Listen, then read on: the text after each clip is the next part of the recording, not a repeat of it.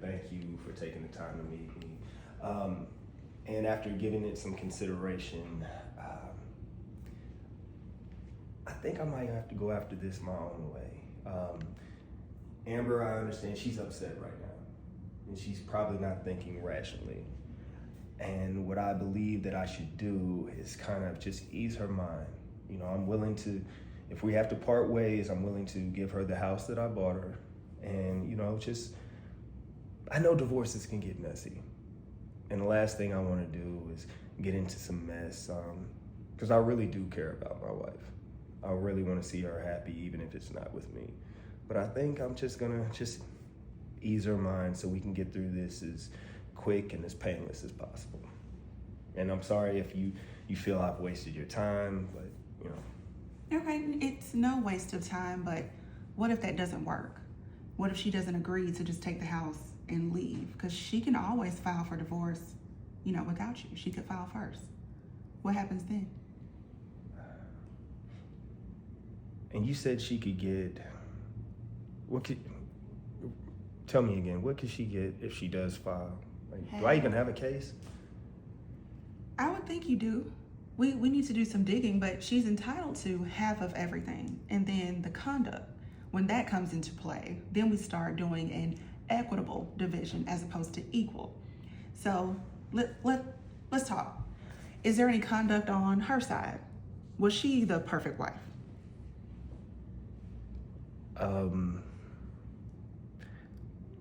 Define perfect. Did she commit adultery? Did she hit you over the head with a pot at some point? Did she lie to you? Did she hide money from you? Anything that could be considered, you know, irreconcilable? As a matter of fact, she was sleeping with my business partner. Now we're talking. Yes. Tell me more. Come to find out, when we were engaged, she was sleeping with my business partner for quite some time leading up to the day that we got married. Wow. The morning of our marriage. Yeah. So this took place prior to the marriage, Yes. and you married her anyway. I had no idea that she was doing it. I found out later after I had already been married. So technically, this would not be considered marital conduct. Do you know if the affair persisted after the marriage? I'm not sure. But I'm pretty sure it had to have been going on. I mean, they kept it from me for this long, so who's to say if they didn't continue, continue to keep dealing with each other while I was married to her. Okay. Let me do my research. Okay. I'll do some digging. I have an investigator on my team. So, do you want to go ahead and retain us so we can go ahead and get started? You bring up some valid points. Yeah, it's better to be safe than sorry, right? Okay, so yeah.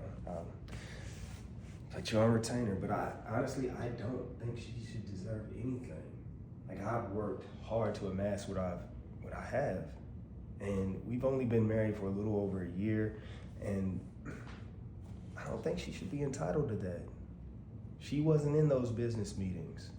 She wasn't the one who graduated top of their class. She wasn't doing any of that, and it just seems unfair. I know I messed up, but it just seems unfair that she's entitled to all the stuff that she didn't work for. No, I understand. So we have a short marriage. We have some assets that were obtained prior to the marriage. Those are still non-divisible. So what we'll do is, it's a numbers crunch at this point. What was actually acquired during the marriage, and then let's work on the conduct to argue for everybody just keep their own assets, each go their separate ways. Okay. I appreciate it. Thank you. Yeah. And that will be an initial retainer of $10,000. I'll send you a link to pay online if you would like. Sounds good. Okay. All right. Thank you again. Of course.